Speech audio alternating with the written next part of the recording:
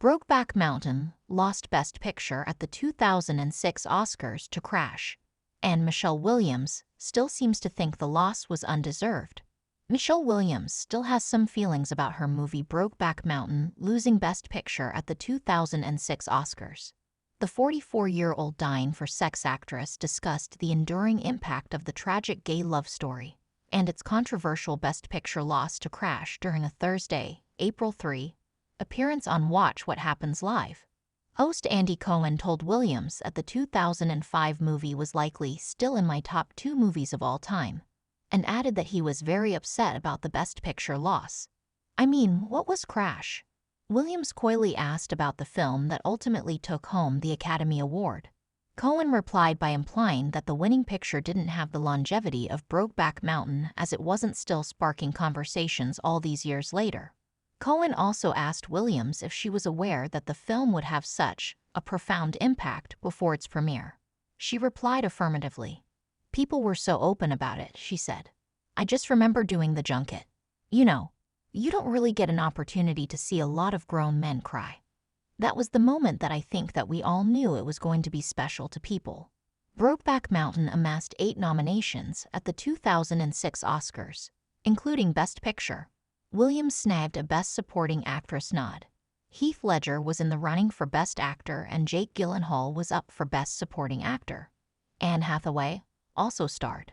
When the night was over, the cast and crew went home with 3 Oscars: Best Director, Best Adapted Screenplay, and Best Original Score. Williams has previously reflected on the impact of her Oscar nomination, her first of 5 to date, for the film. While appearing on Sunday's Sit Down with Willie Geist in April 2023, she said that the recognition left her feeling a little bit frozen for a moment, creatively. "It was really unnerving after that," she admitted. "Like, what do you do? What do you do next?" She added that the amount of attention that she was receiving can be sort of destabilizing. It also caused pressure to perform. "Now it feels like, well, people are watching. What if I make a mistake? That's really scary. What would happen to me?" she explained. In 2020, Gyllenhaal shared his own story about the Oscars and Brokeback Mountain. He told Another Man magazine that Ledger, who died in 2008, refused to present at the 2007 ceremony due to a joke that they wanted to make about the movie. "I remember they wanted to do an opening for the Academy Awards that year that was sort of joking about it," he recalled. "I was sort of at the time, oh, okay, whatever. I'm always like, it's all in good fun." And Heath said, "It's not a joke to me. I don't want to make any jokes about it." He continued, saying, "That's the thing I loved about Heath. He would never joke. Someone wanted to make a joke about the story or whatever. He was like, no. This is about love. Like, that's it, man. Like, no." Brad Pitt, Leonardo DiCaprio said no to playing lovers in Brokeback Mountain, says Gus Van Sant. Ang Lee's critically acclaimed Brokeback Mountain, 2005, was set to be a different film altogether, according to director Gus Van Sant. Picture a young Leonardo DiCaprio and Brad Pitt falling into a forbidden love as they herd sheep through the Wyoming mountains.